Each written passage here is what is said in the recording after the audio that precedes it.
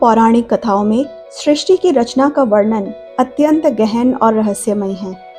ऐसा माना जाता है कि पृथ्वीलोक के निर्माण में ब्रह्मा, विष्णु और महेश, इन तीन देवताओं ने अपनी अपनी भूमिकाएं निभाई। ब्रह्मा ने सृष्टि की कल्पना और रचना की, विष्णु ने इस सृष्टि के पालन का दायित्व लिया और महेश यानी भगवान शिव संहार और परिवर्तन का कार्य संभाला। इन तीनों की सामूहिक ऊर्जा से ही पृथ्वीलोक का स्वरूप प्रकट हुआ। इसमें केवल मनुष्य ही नहीं बल्कि प्रकृति, जीव जंतु, वनस्पतियां और उनके अनेक जीवन मरण से जुड़े सभी तत्व सम्मिलित किए गए। हर आवश्यकता, हर संतुलन का ध्यान रखा गया ताकि यह सृष्टि निरंतर गतिमान बनी रहे। इसी संरचना के भीतर सृष्टि को चलाने के लिए कुछ विशेष अवधारणाओं और शक्तियों की भी आवश्यकता थी। इन्हें भी पृथ्वीलोक को पूर्ण रूप से प्रदान किया गया। इनमें से एक शक्ति है विज्ञान। विज्ञान केवल आधुनिक प्रयोगशालाओं या यंत्रों तक सीमित नहीं है। भारतीय दृष्टिकोण में विज्ञान का अर्थ है वो शक्ति जो सृष्टि में छिपे नियमों को समझने और उपयोग करने की क्षमता देती है। मेरे अनुसार यानी नीता के अनुसार जैसे जैसे मनुष्य विकसित होता है वैसे वैसे इन शक्तियों को अर्जित करता चला जाता है। कभी वो प्रकृति की गहराइयों को जानने की कोशिश करता है तो कभी अपने भीतर की चेतना को पहचानने का प्रयास करता है। यही विज्ञान है और ये विज्ञान ज्ञान का सतत विस्तार है। लेकिन विज्ञान केवल निर्माण तक सीमित नहीं है। इसमें विकास और विनाश दोनों की संभावनाएं मौजूद हैं। ये मेरे यानी नीता के अनुसार भारतीय दृष्टिकोण एवं पौराणिक कथाएं इनके अनुसार भी इसी ज्ञान को स्वीकारता है। जहां सृष्टि, देवता और विज्ञान तीनों एक दूसरे से जुड़े हुए हैं और मिलकर हमें ये सिखाते हैं कि मानव जीवन का उद्देश्य केवल जीवन जीना नहीं बल्कि संतुलन और समरसता से सृष्टि को लगातार चलायमान रखना है। भगवान ने मनुष्य रूपी जीव बनाकर इस सृष्टि को चलाने की जिम्मेदारी उसकी बुद्धि, विवेक एवं संयम पर डाली और क्रम के द्वारा जीवन यापन संपूर्ण करने का दायित्व दिया। ये बुद्धि ही है जिसे मनुष्य को तीनों शक्तियों ने प्रमुख वरदान के रूप में दिया। मेरे अनुसार यानी नीता के अनुसार जब ब्रह्मा, विष्णु और महेश इन्होंने जब इस सृष्टि को रचा तो उन्होंने सोचा कि हर क्षेत्र में एक मुखिया का होना आवश्यक है।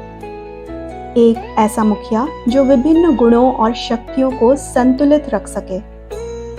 यहीं से उत्पन्न हुई प्रथम पूज्य की अवधारणा, जो सभी गुणों और शक्तियों का संयोजन हो और जो सृष्टि को संतुलन प्रदान कर सके। कौन होगा वो प्रथम पूज्य? कौन होगा वो जो सभी देवी देवताओं और उनके विशेष गुणों को एक सूत्र में बांध सके, त्रिमूर्ति द्वारा रचित सृष्टि का लगातार विकास कर सके? देवी पार्वती ने देखा कि परमेश्वर गहन चिंतन में डूबे हैं। माता ने स्नेहपूर्वक पूछा, स्वामी, पृथ्वीलोक की इतनी भव्य रचना के बाद भी आप इतने व्यथित क्यों हैं? भगवान शिव ने अपने भोले और सरल स्वभाव के अनुरूप उत्तर दिया, हे देवी, समस्या ये है कि प्रथम पूज्य किसे बनाया जाए। हर देवता के पास अपनी विशेष शक्तियां हैं, लेकिन सभी शक्तियों को संयमित ज्ञान, विवेक से चलाने के लिए किसी एक मुखिया की आवश्यकता है एवं जिससे सृष्टि का विनाश न हो। इस विशेष मुखिया को स्वरूप देने की चिंता है।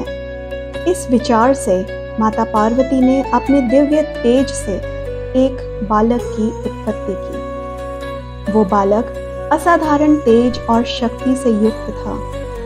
माता ने उसे अपनी शक्तियों से परिपूर्ण किया और उसका नाम रखा गणेश। माता ने गणेश को द्वार पर बैठाकर आदेश दिया, पुत्र, मैं स्नान और पूजा के लिए जा रही हूँ। जब तक मैं वापस न आऊं, कोई भी अंदर प्रवेश न कर पाए। मुझे अपनी साधना में किसी प्रकार का विघ्न नहीं चाहिए। गणेश ने माता का आदेश अपने प्राणों से भी अधिक माना और द्वार पर डटकर खड़े हो गए। समय बाद जब भगवान शिव वहां पहुंचे, उन्होंने द्वार पर खड़े इस बालक को देखा और अंदर जाने का प्रयास किया, परंतु गणेश ने माता के आदेश के अनुसार उन्हें रोक दिया। भोलेनाथ ने मुस्कुराकर समझाया, पुत्र, मैं तुम्हारा पिता हूँ, मुझे अंदर जाने दो। लेकिन गणेश दृढ़ स्वर में बोले, माता ने स्पष्ट आदेश दिया है कि किसी को भी अंदर प्रवेश न करने दो। मैं माता का आदेश नहीं तोड़ सकता। ने कई बार समझाया, परंतु गणेश अडिग रहे। गणेश के इस अटल संकल्प को देखकर शिव का धैर्य टूटने लगा। अपने प्रभु को क्रोधित होते हुए देख नंदी ने आगे बढ़कर कहा, प्रभु, क्रोधित न हो, मैं इस बालक को समझाता हूँ। नंदी ने भी गणेश को समझाने का प्रयास किया, बालक, ये तो स्वयं महादेव हैं, इन्हें रोकना उचित नहीं। परंतु गणेश अपने आदेश पर दृढ़ थे और बोले, मेरे लिए सबसे बड़ा देवता इस समय मेरी माता का आदेश है। नंदी असफल रहे। तब ब्रह्मा और विष्णु भी वहां आए। उन्होंने भी अपनी समस्त शक्तियों और ज्ञान से गणेश को समझाने की कोशिश की, परंतु गणेश हिले तक नहीं। अब स्थिति गंभीर हो गई। शिव बार बार समझाते रहे, पर जब कोई उपाय काम न आया तो उनका क्रोध ज्वालामुखी की तरह फूट पड़ा। क्रोधित होकर उन्होंने अपने त्रिशूल से गणेश के सिर को धड़ से अलग कर दिया। क्षण भर में वो दिव्य बालक भूमि पर गिर गया। चारों ओर मौन छा गया। ब्रह्मा, विष्णु, नंदी सभी स्तब्ध रह गए, मानो संपूर्ण सृष्टि एक पल के लिए थम गई हो। माँ पार्वती ने अपने पुत्र गणेश की ये स्थिति देखी। उनका वध हो चुका था तो उनका हृदय शोक से भर उठा। वह इस गहन पीड़ा को सहन नहीं कर पा रही थी। तब उन्होंने समस्त सृष्टि के रचयिता ब्रह्मा और पालनकर्ता विष्णु की उपस्थिति में भगवान शिव से दृढ़ता और करुणा के साथ ये आग्रह किया कि उनके पुत्र को पुनः जीवित किया जाए। माँ का ये आग्रह कोई साधारण विनती नहीं थी, बल्कि ये उनकी मातृशक्ति का दृढ़ संकल्प था। मेरे यानी नीता के अनुसार ब्रह्मा और विष्णु ने भी उस समय शिव से यही कहा कि गणेश निर्दोष थे, उनका वध अनुचित था और उन्हें पुनः जीवित प्रदान यानी जीवन प्रदान किया जाना चाहिए। ये देवताओं का भी सामूहिक मत था कि गणेश का पुनर्जन्म केवल पार्वती ही नहीं बल्कि संपूर्ण सृष्टि के हित में है। तब भगवान शिव गहन चिंतन में लीन हो गए। उसी क्षण उनके भीतर पुनः वो विचार जागृत हुआ, प्रथम पूज्य की कल्पना का विचार। शिव जानते थे कि यह सृष्टि तभी संतुलित रह सकती है जब आरंभ श्रद्धा और बुद्धि के प्रतीक के रूप में कोई प्रथम पूज्य हो। इसी चिंतन के आधार पर उन्होंने देवताओं को आदेश दिया कि वह किसी ऐसे नवजात शिशु का सर लेकर आएं जो अपनी माँ की पीठ की ओर मुख किए हो और जिसका मुख उत्तर दिशा में हो।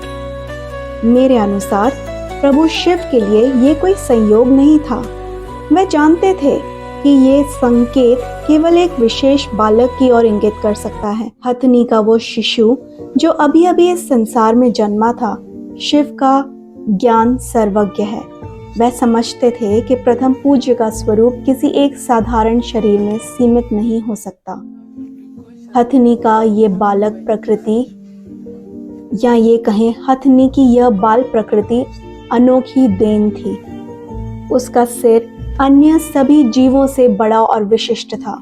नवजात होने के बावजूद उसके मुख पर आनंद और विश्वास झलक रहा था उसकी मासूमियत में अटूट शक्ति और उसकी आंखों में गहन बुद्धि की झलक थी। भगवान शिव ने अपने दिव्य संकल्प से उस सिर में वो संपूर्ण ज्ञान, विवेक और बौद्धिक क्षमताएं भर दी जो प्रथम पूज्य को शोभा देती हैं। दूसरी ओर जिस धड़ पर यह सिर स्थापित होना था वो मां पार्वती की समस्त शक्तियों और करुणा से परिपूर्ण था। इस प्रकार जब दोनों का संगम हुआ, शिव का ज्ञान और पार्वती की शक्ति, तो वह अद्भुत स्वरूप प्रकट हुआ जिसे संपूर्ण जगत ने प्रथम पूज्य के रूप में स्वीकार। यही वह क्षण था जब गणेश केवल पार्वती के पुत्र ही नहीं रहे, बल्कि संपूर्ण ब्रह्मांड के लिए मार्गदर्शक और विघ्नहर्ता एवं बुद्धि के देवता बन गए। क्योंकि शिव ने हाथी का सर इसलिए चुना कि साधारणतः सर में वह सब समाहित नहीं हो सकता था जो प्रथम पूज्य देव के लिए आवश्यक था।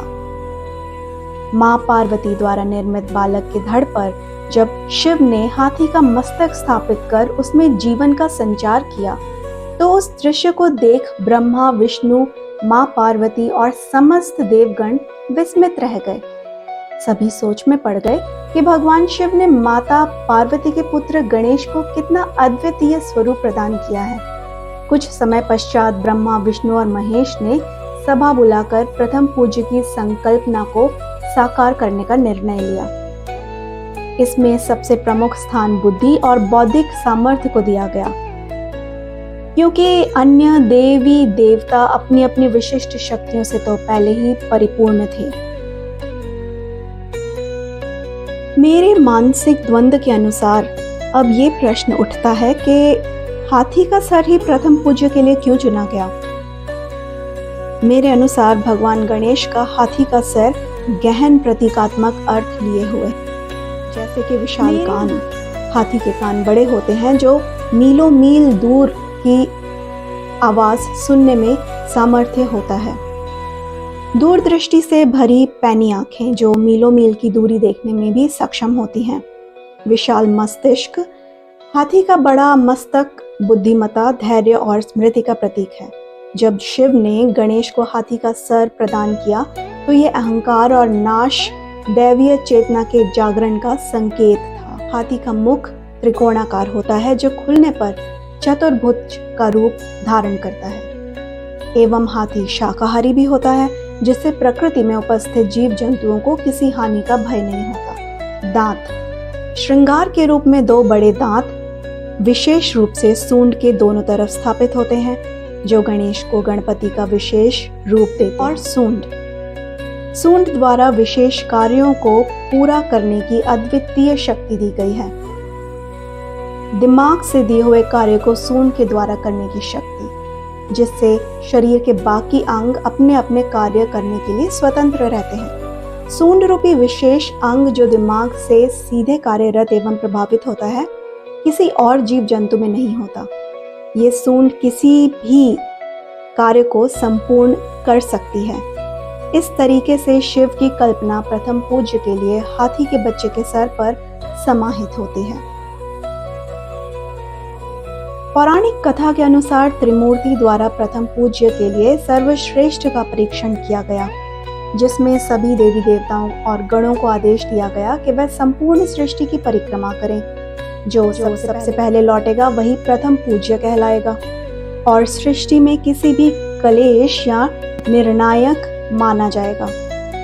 प्रतियोगिता शुरू होते ही सभी देवता और गण सृष्टि की परिक्रमा के लिए अपनी संपूर्ण क्षमताओं के द्वारा निकल जाते हैं। गणेश ने पिता शिव और माता पार्वती की 7 परिक्रमा पूरी की एवं अपने कार्यों में लग गए। जब सभी अपनी परिक्रमा पूरी कर ब्रह्मा, विष्णु, महेश के सामने उपस्थित हुए, सभी देवता और गण वापस आकर प्रथम होने का दावा लगाने लगे। तब गणेश ने माता पिता की परिक्रमा को परिभाषित करते हुए प्रथम पूज्य का दावा प्रस्तुत किया।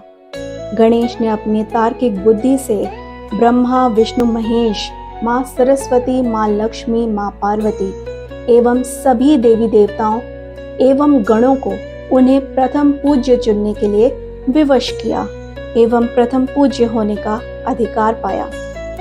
इस अधिकार को पाने के पश्चात सभी ने गणेश को गणों के देवों की उपाधि देकर गणपति नाम दिया। प्रभु गणपति ने सभी का आशीर्वाद और स्नेह प्राप्त कर प्रथम पूज्य की उपाधि प्राप्त की। बोले गणपति महाराज की जय। ओम गजाननाय नमः। ओम लंबोदराय नमः। ओम शूर्पकर्णाय नमः। ओम विघ्नहर्ताय नमः।